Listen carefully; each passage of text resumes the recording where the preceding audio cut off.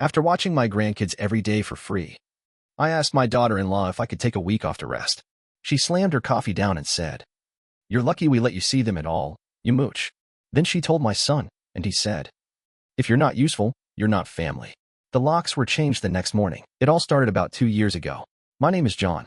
I'm 67 years old, retired now, living in a small farmhouse just outside of Athens, Georgia.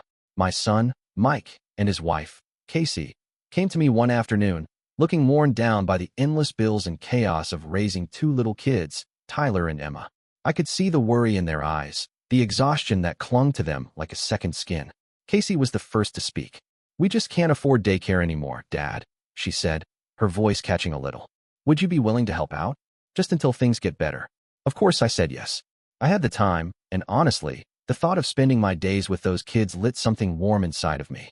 So I traded in my slow mornings and quiet afternoons for diaper changes, story times, and endless games of hide and seek. And for the next 2 years, that was my life. Monday through Friday, from morning to evening, I was there. Grandpa on duty. I loved it. Really, I did. Tyler and Emma became the center of my world. We had our routines, cereal in the morning, walks to the park, finger painting on the porch. It was hard work, sure, but it never felt like a burden. Not once. Then, last winter, I caught the flu. Bad enough that I couldn't get out of bed for a few days. I called Casey and said I needed to take a short break, just a week or so to get back on my feet. I figured she'd understand. She had to understand. But when I told her, she just stared at me like I'd grown another head. "You're really going to leave us in the lurch like this?" she snapped. "We depend on you. You're supposed to be helping, not making things harder." I tried to explain. My head was pounding, my voice hoarse, but she cut me off. "Honestly, John," she said, her tone sharp and cold, "it's like you're just here to get out of your own house. You're freeloading, not helping." Her words hit me like a slap. I'd given up so much for them. My time, my savings, my health. I couldn't believe she was calling me a freeloader. It felt like the floor had dropped out from under me. When Mike got home that night, I thought maybe he'd see reason. I tried to talk to him, but he just shook his head. "Casey's right, Dad," he said. "If you're not helping, you're not part of this family. That's just how it is." I didn't sleep at all that night. I lay awake replaying every little moment of the past 2 years, the sticky hugs from the kids, the laughter, the way Tyler's face would light up when he saw me walk in the door. I thought about all the times I'd skipped things for myself so I could be there for them. The next morning, I went to Mike's house early, hoping to talk it out. But when I got there, I slid my key into the lock and it wouldn't turn. My key, the one they'd given me when they first asked for my help. I tried again, but it was no use. The lock had been changed. I stood there, holding that useless key in my hand, feeling like the biggest fool in the world. They didn't even have the guts to tell me to my face. I walked back to my car in a daze, my mind reeling. My life had revolved around those kids. Now, just like that, I was shut out. No warning. No goodbye. As I drove away, I glanced in the rearview mirror and thought about Tyler and Emma. How I'd tell them I couldn't come around anymore. How they'd ask why Grandpa wasn't there. And what would I even say? That was about 5 years ago. It still feels like it was yesterday. Back at home, the silence was almost too much. My old farmhouse had always been a little too big for just me, but without the kids' laughter filling the rooms, it felt cavernous. Empty. I spent the first few days wandering around aimlessly, picking up toys they'd left behind, straightening pillows that had never really been out of place. I couldn't stop thinking about what Casey had said, about how Mike just stood there and agreed. For years, I'd given them everything I had, my time, my money, even my health. I'd dipped into my retirement fund more than once to cover emergencies when daycare fees piled up or when Mike's job at the factory slowed down. I hadn't minded. I told myself it was worth it, that it was what family did. But now, standing in the kitchen with my old coffee mug in hand, it all felt like a bad joke. I thought about those quiet evenings when the kids would curl up beside me on the couch, Emma's head on my shoulder, Tyler showing me his latest crayon masterpiece. I thought about how they'd race to the window when they saw my old truck pull up. All of it, gone in an instant. One afternoon, as I was cleaning up the den, I found a drawing Emma had made. It was a little crumpled, the edges bent from being stuffed into her backpack. She'd drawn the 3 of us at the park, Tyler on the swings, Emma in the sandbox, me pushing them both, grinning like a fool. At the bottom, she'd scrawled in bright red crayon, "Grandpa is the best." I sank down into the armchair and stared at that drawing until my eyes blurred. My throat tightened. I knew then that this wasn't just about me. It was about them too. I couldn't let Casey and Mike decide that my place in their lives was done. So I started gathering everything I could find. I went through old text messages where Casey begged me to take the kids because she couldn't handle it anymore. I printed out bank statements showing the money I'd sent to help with groceries, daycare fees, bills they said they'd pay me back for but never did. I even dug out the notes I'd scribbled down whenever Tyler got sick and I had to pick him up early. Every scrap of proof that I'd been there for them, every single day. A couple of weeks later, I sat down with a lawyer in town, a soft-spoken woman named Rachel. She listened patiently as I laid it all out, what I'd done, what had happened. She didn't look at me like I was some crazy old man chasing a lost cause. "You've got a real case here, John," she said, tapping her pen against her notepad. "Georgia law recognizes visitation rights for grandparents who have been primary caregivers. And from everything you've shown me, you weren't just a grandparent. You were their third parent." Hearing those words was like taking my first deep breath in weeks. I knew it wouldn't be easy, but at least I wasn't alone. At least someone believed me. As I left her office, I felt a flicker of something I hadn't felt in a long time. Resolve. I wasn't just fighting for myself anymore. I was fighting for the right to see my grandkids again, to remind them that I hadn't just vanished, that no matter what their parents said, I was still their grandpa, and I wasn't going to let them forget that. That was the first night in weeks that I slept all the way through. A few weeks later, I was back at the coffee shop I used to take Tyler and Emma to on Saturday mornings. I didn't have any real reason to be there. It just felt like the closest I could get to feeling like their grandpa again. As I nursed my coffee, an old friend named Sam slid into the chair across from me. Sam used to work construction with me back in the day. He'd always had a knack for keeping up with the town gossip. "You heard about Mike and Casey?" Sam asked, lowering his voice like he was sharing state secrets. I shook my head. "What about them?" He leaned in closer. "Casey's been telling everyone she's some kind of consultant. She's been filing phony grant applications, using fake numbers to get money she doesn't deserve. Word is, she's on thin ice with the state." My stomach twisted. Casey always had a way of making things sound better than they were, but this was a whole different level. "And Mike?" I asked. Sam let out a short laugh. "Mike's been borrowing tools from the company warehouse, fixing up cars on the side for cash under the table. His boss is getting suspicious." I felt the air go out of me. I'd known Mike was struggling, but this? I wanted to believe it was just rumors, but deep down, I knew it was true. It explained why they were so quick to cut me off. Maybe they were worried I'd start asking questions they didn't want to answer. I didn't know what to do at first. Part of me wanted to march straight over to their house and tell them I knew everything. But another part of me, an angrier part, knew that wouldn't do any good. They'd lied, cheated, and pushed me out. It was time for them to face the consequences of their actions. So I went home and made some calls. I sent anonymous tips to the agencies in charge of the grants Casey was faking. I reported what I'd heard about Mike's side jobs to his boss. I didn't leave my name, but I made sure they had enough to start digging. Then I did something I never thought I'd do. I shared my story online. There's a local forum in town where people post about everything from lost dogs to city council scandals. I wrote about how I'd been the full-time caretaker for my grandkids, how I'd been kicked out for asking for a week to rest, and how I learned about the fraud and theft going on right under my nose. The response was overwhelming. People I barely knew started reaching out, some offering support, others sharing their own stories of being used by family. I read every single comment, and for the first time in a long time, I didn't feel alone. Within days, the whole town was buzzing. Casey's so-called consulting business fell apart under scrutiny. She lost her clients. Mike's boss confronted him about the missing tools. He was fired on the spot. All the lies and the fake smiles, they finally caught up with them. I should have felt triumphant, I guess. And part of me did. But another part of me was just sad. Sad that my son and his wife had let things get so bad. Sad that this was how it all had to end. But mostly, I felt vindicated. They tried to erase me from the kids' lives. They called me a burden, a freeloader. But I wasn't the one living a lie. I was the one who had been there, every single day, loving those kids without asking for anything in return. Now, it was their turn to see what it felt like to be left out. A couple of months after everything blew up, I found myself sitting in the courthouse, wearing the only suit I owned. The old tweed jacket was a little tighter around the middle these days, but it didn't matter. Today wasn't about looking good. It was about proving I belonged in my grandkids' lives. My lawyer, Rachel, sat beside me. She gave me a reassuring smile as we waited for the judge to take the bench. The courtroom was smaller than I expected, the kind of place where you could hear the ticking of the clock on the wall. Across the aisle, Casey sat next to her own lawyer, her lips pressed into a thin line. Mike wasn't there. He hadn't shown up for anything since he lost his job. Maybe he thought ignoring this would make it go away. Rachel had prepared everything. She'd put together a mountain of evidence, bank transfers, text messages, even the old photos of me and the kids at the park. She'd warned me Casey would try to twist things, to make me look unstable or petty. But I was ready. When the judge finally came in, everyone stood. My heart was pounding, but I forced myself to breathe. This wasn't just about me. This was for Tyler and Emma. Casey's lawyer was the first to speak. He painted a picture of me as a meddling old man, someone who was trying to stir up trouble in a family that didn't want him around. He said I was too old, too set in my ways, that I couldn't possibly understand what was best for the kids. I kept my mouth shut, my hands gripping the edge of the table so tight my knuckles turned white. Let them say what they wanted. I knew the truth. Then it was Rachel's turn.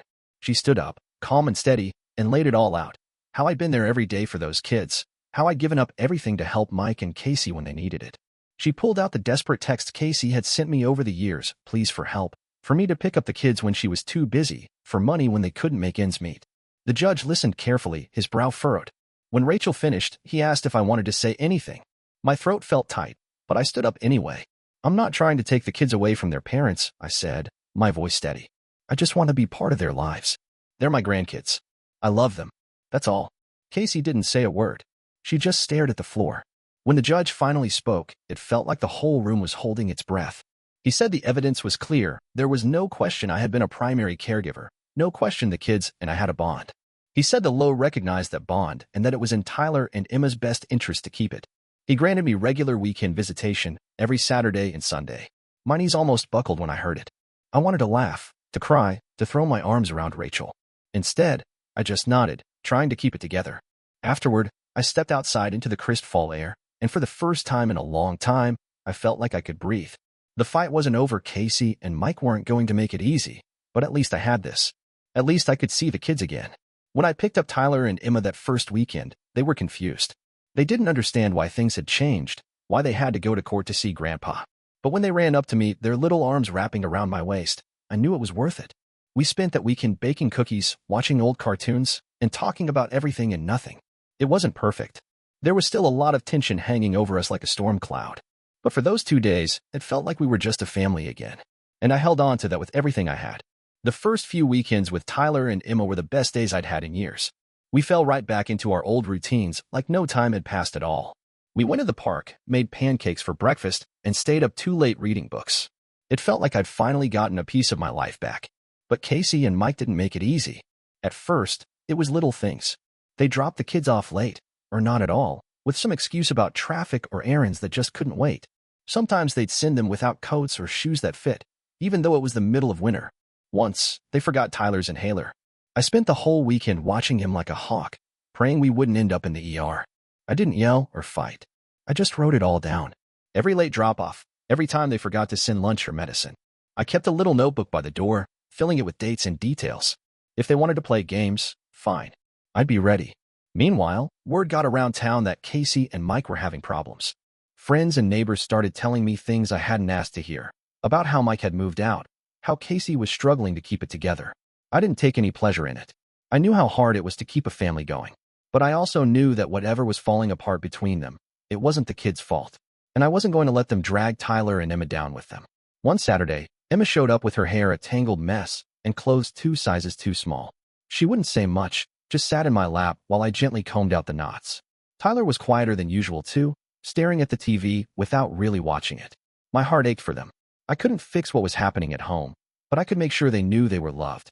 I called Rachel the next week and told her what was going on. She listened patiently, then said, "John, keep recording everything. If they're sabotaging your visitation or putting the kids at risk, the court needs to know." So I did. I wrote down every time the kids showed up hungry or dirty. I took pictures when they didn't have jackets or when Emma's shoes had holes in them. It made me feel like a detective in my own life, like I was building a case for something I shouldn't have to prove.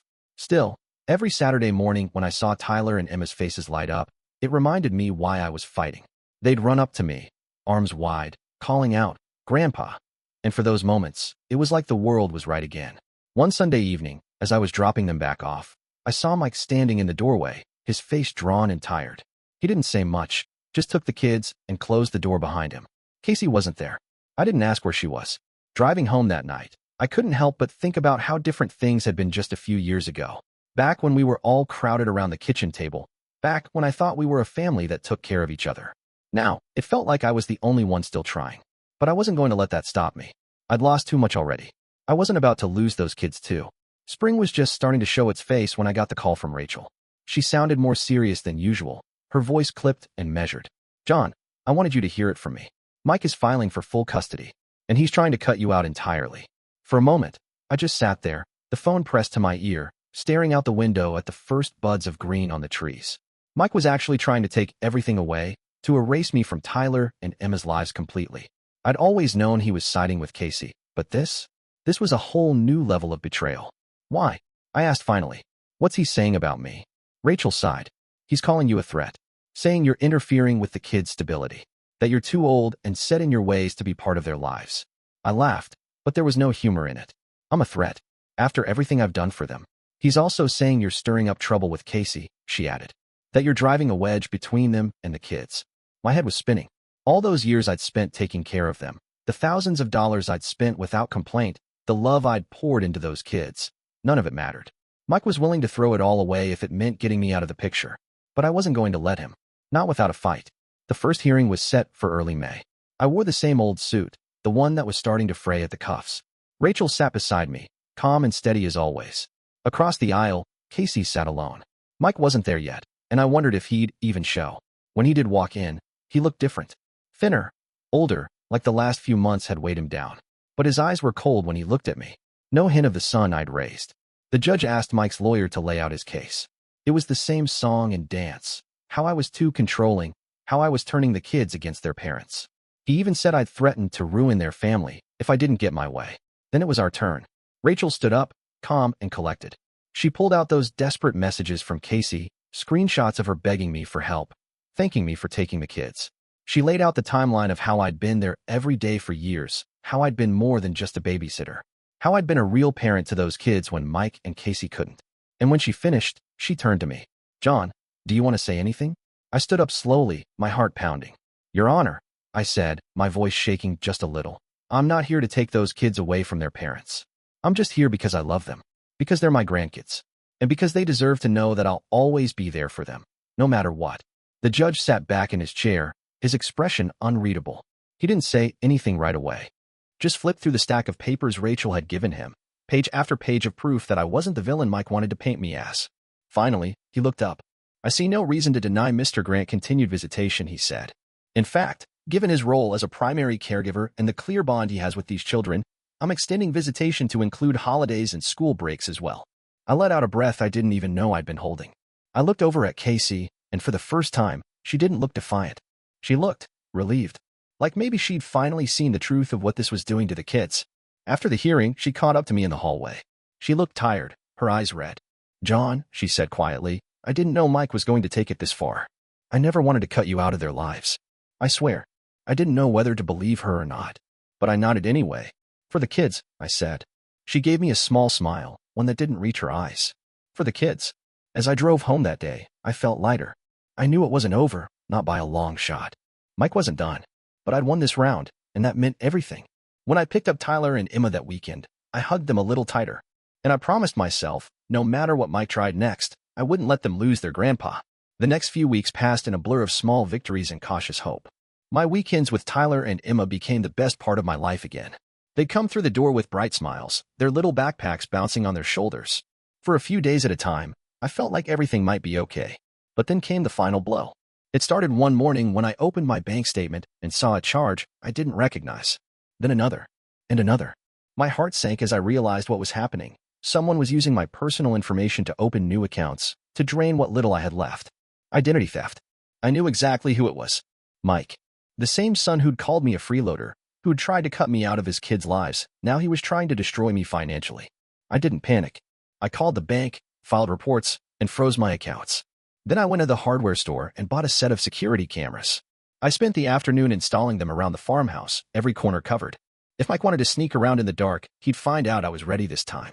A few days later, I got a call from an old friend who worked at the courthouse. He told me something I hadn't expected. There was a record of Mike using fraudulent loan applications during the pandemic. Big money, federal money. My friend said quietly, John, you might want to think about reporting this. It's serious. I thought about it for a long time. This was my son. But he'd stolen from me, lied to me, tried to erase me from Tyler and Emma's lives. I knew what I had to do. I called the fraud division and gave them everything I had. Bank statements, screenshots, copies of the false loan applications my friend had uncovered. I even handed over the footage from my security cameras the night Mike came to my property and slashed my tires, another attempt to shake me up, to make me back down. Within days, the investigation was rolling. I didn't tell the kids. I didn't tell Casey. I didn't want them dragged into this any more than they already were. But I knew it was only a matter of time before it all came out. When the agents finally came to arrest Mike, I wasn't there to see it. Casey called me in tears, her voice shaking. They took him away in handcuffs, John. What are we going to do? I didn't know what to say.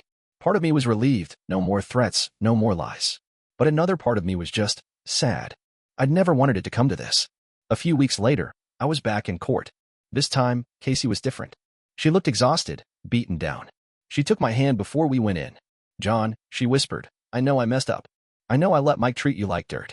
But I see now, you're the only one who's ever really been there for those kids. I want you to have them. Full custody. I didn't know what to say. I'd spent so long fighting for just a few hours a week with Tyler and Emma. Now I was being given everything. It didn't feel real until the judge said the words out loud. Full legal and physical custody to Mr. Grant, he declared. This court believes it's in the best interest of the children. When we walked out of that courtroom, I felt like I'd been holding my breath for years. Tyler and Emma were waiting for me in the hallway, their little hands clutching each other. I knelt down and hugged them tight. Are you coming to live with me now? I asked softly. They both nodded, eyes wide and hopeful. And just like that, the years of fighting, the endless battles, it was all worth it. Back at the farmhouse, we started our new life. It wasn't perfect. There were still questions, still nights when I lay awake thinking about how it all fell apart. But in the quiet mornings, with Tyler and Emma's laughter echoing through the old walls, I knew one thing for sure. I had done the right thing. And no matter what the world threw at us next, we'd face it together.